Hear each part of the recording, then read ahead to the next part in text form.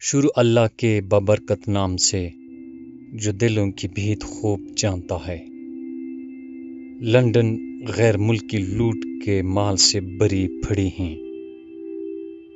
London میں 25,000 سے زائد عجائبات اور یادگاریں موجود ہیں، جن میں سے بیشتر کا تعلق لندن یا برطانیہ سے نہیں، اور یہ بھی ظاہر ہے کہ ان ممالک نے ہنسی خوشی تو اپنے خزانے برطانیہ کے حوالے نہیں کی۔ یہ زبردستی لوٹ کھسوٹ کے لائے گئے ہیں۔ یہاں کی میوزیم، نیشنل لائبریریاں سب ہی غیر ملکی لوٹ کے مال سے بری پڑی ہیں۔ ہندوستان سے لوٹا ہوا کوہ نور ہیرا آج بھی تاج برطانیہ میں جڑا ہوا ہے۔ تخت طاؤس بھی اس کی ملکیت تھا، جو آج برطانیہ کے آبرو بنا ہوا ہے۔ یہ بھی لوٹ کے لائے گئے ہیں۔ ظاہر ہے کہ یہ لوٹ برطانیہ اور یورپ کی سفید فام قوموں نے ہی مچائی تھی، تو پھر کون سی قوم چور و ڈاکو ہوئی؟ آج سے 300 سال پہلے یورپ کا وہ پسماندہ اور غریب ترین ملک تھا جس کا نوٹس اس کے ہمسایہ ممالک بھی نہ لیتے تھے۔ اب یہ ایک امیر ملک ہے۔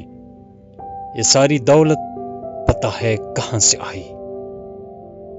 50% سے زائد ہندوستان سے، اور باقی دوسرے برطانوی مقبوضات مثلاً شمالی امریکہ اور کینیڈا، جنوبی افریقہ اور آسٹریلیا سے۔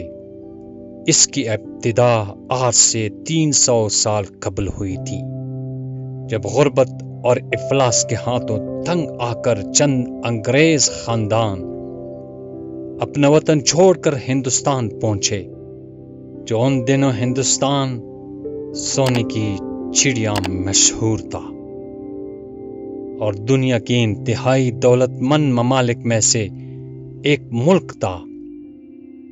ان مفلس انگریزوں نے جب ہندوستان کی دولت دیکھی تو ان کی آنکھیں کھل گئی، اور انہوں نے اپنے ہم وطنوں کو ہندوستان آنے کی دعوت دی۔ اس کے ساتھ ساتھ ہندوستان دولت کے چرچے پوری یورپ بھر میں پہنچے، تو یورپ بھر کے اقوام ہندوستان کی طرف دوڑ پڑے۔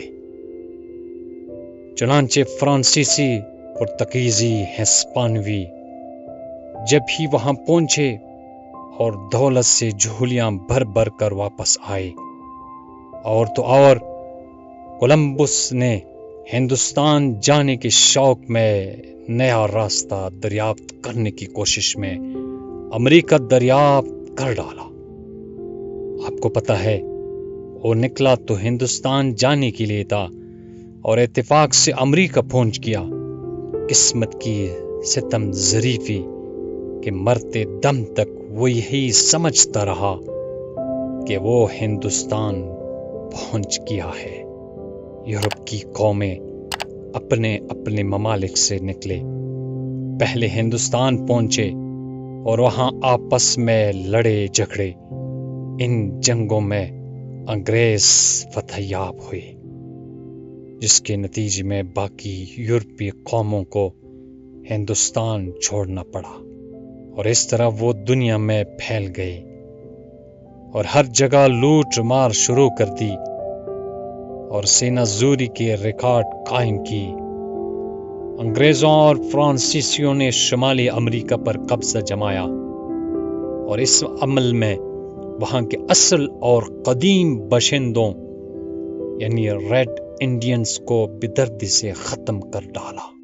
پرتگیزیوں اور ہسپانوی باشندوں نے جنوبی امریکہ کا رخ کیا۔ یہ نصف بر اعظم پر اپنے قدم جمائے۔ نصف بر اعظم اپنے ہیرے جواہرات اور زمرد کے لیے مشہور تھا، جو وہاں کے قدیم باشندوں نے اپنی عبادت گاہوں میں محفوظ رکھے ہوئے تھے۔ پھر ان سفید فام قوموں کو ان بر اعظموں میں کھیتی باڑی کرنے کے لیے نوکروں اور غلاموں کی ضرورت محسوس ہوئی تو انہوں نے مغربی افریقہ کا رخ کیا اور وہاں سے لوگوں کو پکڑ پکڑ کر امریکہ لا کر انہیں غلام بنا کر بیچنا شروع کر دیا۔ خیال ہے کہ 2 سے 2.5 کروڑ لوگ ان کے مظالم کے شکار ہوئے۔ ان مظلوم کی اولادیں آج بھی امریکہ میں سوالوں کے روپ میں دکھائی دیتی ہیں۔ ان کا طریقہ واردات یہ تھا کہ سمندر اور دریاؤں کے قریب اپنے جہاز کھڑے کرتے، اپنے ہاتھوں میں بڑے بڑے جال لے کر انسانوں کے شکار کے لیے نکلتے، اکیلے اکیلے کو پکڑ کر لے جا کر جہاز کے تہخانوں میں بند کر دیتے۔ جہاز جب بھر جاتا تو پھر انہیں امریکہ میں لے جا کر بیچ ڈالتے۔ بعد میں ان کی ہمت یہاں تک بڑھی کہ پوری آبادیوں پر چھاپے مارتے اور ہر کام کرنے کے قابل نوجوان کو پکڑ لے جا کر اور اسے اغوا کر کے بیچ ڈالتے۔